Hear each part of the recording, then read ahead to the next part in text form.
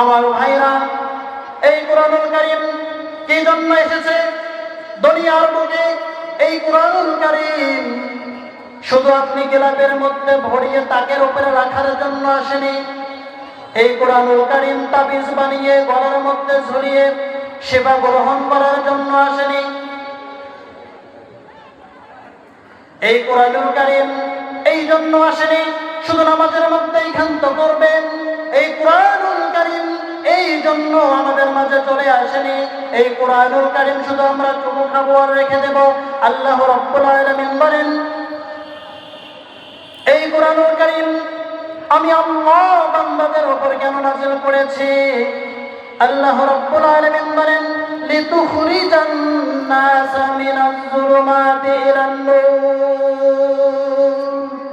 মানুষদেরকে অন্ধকার থেকে বের করে হিদায়াতের পথে নিয়ে আসার জন্য এই কোরআনুল কারীমকে আল্লাহ তাআলা দুনিয়ার বুকে প্রেরণ করেছেন।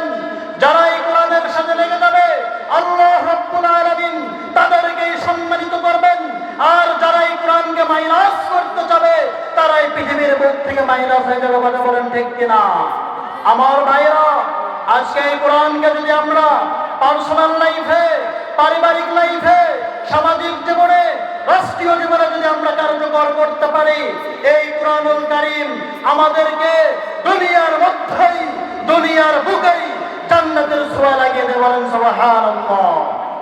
আজকে কোরআনুল কারীমকে শুধু মসজিদ মাদ্রাসার সাথে ক্ষান্ত করা হয়। এই জন্য আজকে আমাদের মধ্যে হাহাকার, আমাদের মধ্যে হাউতাস। যদি কোরআনুল কারীমকে সর্বসেক্টরে, সর্ব জায়গায় যদি আমরা বিরাজমান করতে পারতাম, আমাদের মাঝে শান্তির সয়লাব হয়ে পড়ত।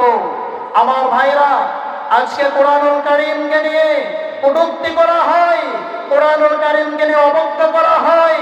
এই কিছুদিন আগে দেখেছেন একজন নাস্তিক, আবুল নামের বাউল, বাউল নামের আবুল, আবুল সরকার, তিনি আমার কোরআনকে নিয়ে কটূক্তি করেছেন। মুসলমানের ঘরের সন্তান যখন এই কোনো ব্যক্তি কোরআনুল কারীমকে নিয়ে কটূক্তি করবে, সে আর মুসলমান থাকতে পারে না, সে নাস্তিক হয়ে যায়, সে কাফের হয়ে যায়। রাসূলুল্লাহ সাল্লাল্লাহু আলাইহি ওয়াসাল্লাম হাদিসের মধ্যে ইরশাদ করেন, মান ফাসসারাল কুরআনা বিরাইহি মাকাদাহু মিনান নার, যে ব্যক্তি মন গড়া মতো কোরআনের তাফসীর করবে সে তার ঠিকানাকে জাহান্নাম বানিয়ে ফেললো। বলেন নাউযু বিল্লাহি মিন যালিক। আমার ভাইরা, অনেক আলোচক বিন্দু উপস্থিত রয়েছেন। এই জন্য ইনশাআল্লাহ কোনো সময় যদি দেখা হয়, আসলে কোরআনুল কারীমকে আমরা কোরআনের সম্মান, কোরআন কেন নাযিল হলো, অনেক ওয়াজ শ্রবণ করে শুনি।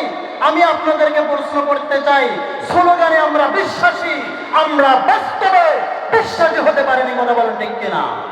এখানে যদি স্লোগান দেওয়া হয় আল কোরআনের আলো, সকলে বলে ঘরে ঘরে জ্বালো, সংসদে জ্বালো, আমি তো বলি সংসদে জ্বালা তো দুষ্কর ব্যাপার, এটা তো আমাদের জন্য দুষ্কর হয়ে গিয়েছে। এখানে যারা উপস্থিত রয়েছেন এই সকল ব্যক্তিবর্গদেরকে যদি আমি জিজ্ঞাসা করতে চাই, আপনি কি এই কোরআনুল কারীমকে ঘরের মধ্যেই জ্বালাতে পেরেছেন? ঘরের মধ্যে জ্বালাতে গিয়ে আপনি কি নিজের ভেতরে জ্বালাতে পেরেছেন? এখানে যারা রয়েছে কতজন ব্যক্তি বুকে সাহস নিয়ে হাত উত্তোলন করে বলতে পারবো কোরআনুল কারীম আমি সহি শুদ্ধভাবে তেলাওয়াত করতে পারি? পারবেন? আসেন, যে পারবেন সামনে আসেন।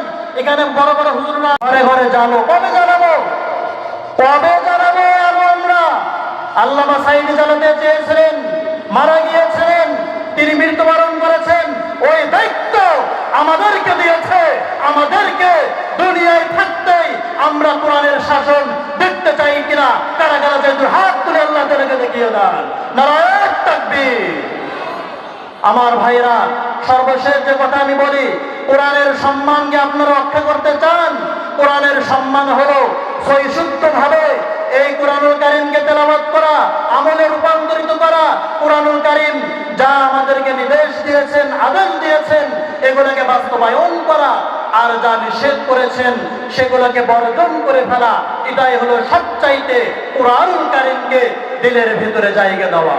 আল্লাহ সুবহানাহু ওয়া তাআলা আমাদের সকলকে কোরআনুল কারীমকে দিলের ভিতরে জায়গা দেওয়ার তৌফিক দান করুক।